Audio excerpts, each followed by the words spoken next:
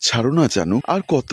আমি আর পারছি না। বাসায় বউ থাকতে আমার কাছে কি? হ্যাঁ দূর, তুমিও না। ওরকম গাইয়া মেয়েকে দ্বারা কি কিছু হয়? সবসময় ইয়া বড় বড় কাপড় পরে থাকে, আর যা লজ্জা বলেই বোঝাতে পারবো না। আমায় ছাড়ো, এখন আমি বাসায় যাব। দেরি হলে বাবা মা বকবে। তোমার বউ যদি জানতে পারে আমাদের এই শারীরিক সম্পর্কের কথা, তাহলে তোমায় ডিভোর্স দিবে। জানলে জানবে, তাতে আমার কি? আর ডিভোর্স দিলে তো আমি মহা খুশি হব, আর তোমাকে বিয়ে করে নিব সোনা। জানো, আর এসব লুকিয়ে লুকিয়ে করতে ভালো লাগে না। তাই সোনা, কালকে আমার বাসায় কেউ থাকবে না। বাবা মা আর আমার বউ দিয়া বাহিরে যাবে। ওই সুযোগে আমি তোমাকে ফোন দিব। ওয়াও, তাহলে তো কাল খুব মজা করব। এখন আমি আসি তাহলে। তারপর নিশি কাপড় চোপড় ঠিক করে বাড়ির দিকে রওনা দিল, আর আমি বাসায় আসলাম। বাসায় ঢুকতেই মা বলল, এতক্ষণ কোথায় ছিলি? বাসায় নতুন বউ রেখে? মা, আমার বন্ধুর বোনের ডেলিভারি ছিল, ব্লাড দিতে গেছিলাম, তাই দেরি হলো। মা বউকে বলল, বৌমা তোমার স্বামীকে খাবারটা দাও। এরপর আসলো লজ্জাপতি, মানে আমার বউ দিয়া, এসে খাবার বেড়ে দিল। আমি আর কোনো কথা বললাম না, চুপচাপ খেতে বসে গেলাম। এখন রাত 12টা বাজে, খুব ঘুম পেয়েছে, সাথে পাগুলোও ব্যথা করছে। একটু পরে আসলো আমার বউ লজ্জাপতি। দিয়া আমার চোখে চোখ রাখতেই মুখটা লাল হয়ে গেল। শুরু হয়ে গেল মাথায় শয়তানি বুদ্ধি। এই মেয়ে, এদিকে এসো।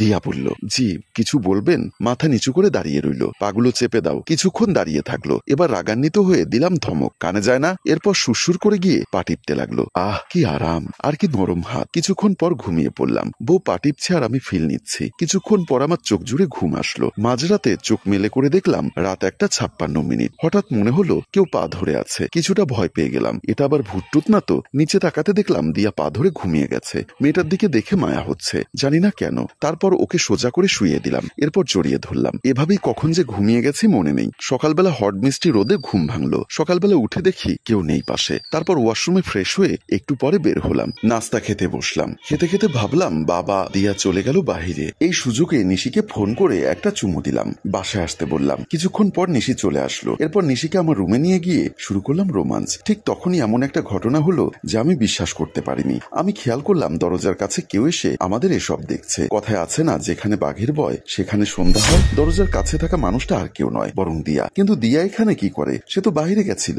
এত তাড়াতাড়ি করে। এখন তার সামনে কিভাবে যাব? আমাদের দুজনের শরীরের কাপড় চোপড় ঠিক নেই। তখনই দিয়া কাঁদতে কাঁদতে রুমে ঢুকে গেল। নিশি তাড়াহুড়ো করে উঠে বাহির হয়ে গেল। দিয়া কেঁদে কেঁদে বলল, ছি ছি, আমি নিজের চোখকে বিশ্বাস করতে পারছি না। উনি এতটা নোংরা মানুষ। বাবা মা, আমি কি অপরাধ করেছিলাম যে অমন একটা ছেলের সাথে আমার বিয়ে দিল? আজ বাসায় না আসলে কিছু জানতাম না। আল্লাহ যা করে মঙ্গলের জন্যই করে। আমরা যখন বাইরে বেড়াতে গেছিলাম তখন আমি ভুল করে মোবাইলটা বিছানায় ফেলে গেছিলাম, আর তা নিয়ে বাসায় এসেছিলাম। আর বাসায় আসতে যা দেখলাম তা দেখে আমি তো আরো অবাক। সাইদ মনে মনে বলল, এই মেয়ে থেকে বাঁচতে হলে একটু গরম দেখাতে হবে। তারপর ধরফর করে কাপড় চোপড় পরে নিলাম। তারপর উঠে দিয়াকে একটা থাপ্পড় মারলাম, অনেক গালাগালি করলাম। আস্তে করে রুম থেকে বাহিরে চলে আসলাম। সামনের রুমে এসে দেখলাম সর্বনাশ। মা বাবা দুজনে বসে কথা বলছে। আমি আস্তে আস্তে করে ঘর থেকে বের হয়ে যাব। এমন সময় বাবা বলল, কোথায় যাচ্ছিস? আমি তার কাছে যেতেই আবার বলল, এত রাইতে বউয়ের সাথে কিসের গ্যাঞ্জাম? আমি বললাম, কোনো গ্যাঞ্জাম নেই তো বাবা। তোমরা দুজনেই কোথায় নাকি বেড়াতে গেছিলে, প্রোগ্রামটা ক্যান্সেল হয়ে গেছিল, তাই বাসায় চলে এসেছি। মা বলল, এত রাতে কোথাও যাওয়ার দরকার নেই, বউয়ের রুমে যা, সোজা ঘুমিয়ে পড়। আমি আর কিছু বললাম না, মাথা নেড়ে হ্যাঁ বলে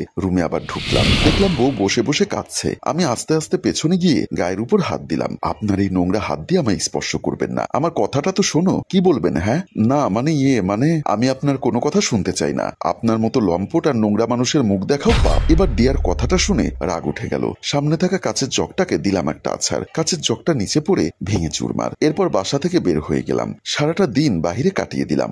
রাগ করে সারা রাত বাসায় যাইনি। সকাল 6টার সময় বাসায় গেলাম। বাসায় কেউ আমার খোঁজ খবর রাখে না, আমি কোথায় আছি না আছি বা কি করছি। আস্তে করে আমার রুমে ঢুকলাম। দেখলাম দিয়া বিছানার মাঝখানে শুয়ে আছে। ইচ্ছা করছিল তা একবার ছুঁয়ে দেখতে, কিন্তু পরক্ষণেই রাতের কথাগুলো মনে পড়ে গেল। আজ থেকে আমি আর দিয়ার পাশে ঘুমোবো না। নিজের বালিশের কম্বলটা নিয়ে ঘরের কোনায় শুয়ে পড়লাম, কিন্তু ঘুম আসছে না। পায়ের ব্যথাটা বেড়েই চলেছে। ছটফট করতে লাগলাম। আমার বউ মাথা তুলে বলল, আর কত নাটক করবেন? আমি তখন আসলে ঘুমোইনি, ঘুম আসছে না, শুধু শুয়েছিলাম। এখন তো দেখছি শরীরের নেশায় ছটফট করছে। জানো আর কোথাকার। বউয়ের কথা শুনে রাগ উঠল। ড্রেসিং টেবিলে থাকা ফলকাটা ছুরিটা নিয়ে নিজের হাতে একটা থাম দিলাম। সাথে সাথে রক্ত বের হলো। মনে মনে ভাবলাম, নিজের দোষ ঢাকার জন্য নতুন বুদ্ধি উদয় করলাম। মনে করেছিলাম এই বুদ্ধিতে বউ গলে যাবে, কিন্তু পুরো ঘটনাটা উল্টো হয়ে গেল। বউ উঠে আমাকে দেখলো না। হাতটা অসম্ভব ব্যথা করছে। এর থেকে বুঝি মৃত্যুই অনেক ভালো। সারা রাত ঘুমোতে পারিনি। ফজরের সময় আজান দিচ্ছে। আমার বউ উঠলো নামাজ পড়তে। আমি একটা কাপড় দিয়ে পেঁচিয়ে রাখলাম ব্যথা পাওয়া হাতটা। বউ খাট থেকে নামতে মনে করেছিলাম আমাকে একটু আদর যত্ন করবে। নিচে তাকাতেই দেখলাম, তাই ইচ্ছা করেই আমি আমার পাটা দিয়ে শয়তানটার হাতটা জোরে চেপে দিলাম। ও মা বলেই জ্ঞান হারালো। আমি রুম থেকে পালালাম। থাকলে কি যে করতো, কিন্তু চিৎকার করলো কেন? যাই যাই হোক, দৌড়ে এসে নামাজে বসে গেলাম। পরে বাবা মায়ের সাথে নাস্তা করে জমিয়ে আড্ডা দিলাম। ঘড়ির দিকে তাকালাম, সকাল 10টা বেজে গেল। কিন্তু এত সকাল হলো, শয়তানটা এখনো আসলো না কেন নাস্তা করতে? খাবারগুলো তো ঠান্ডা হয়ে গেল। তাই দেখতে রুমে আসলাম। এসেই দেখলাম ওনার হাত থেকে রক্ত বের হচ্ছে। আর সকালবেলা তো আমি এই হাতে উল্টো আঘাত করলাম। আমি যাই বাবা এখান থেকে, না হলে সব দোষ আমার হবে। এ কথা বলে দরজার আড়াল থেকে ভাবলাম, ওই শয়তানটার কিছু হলে আমার কি এসে যায়?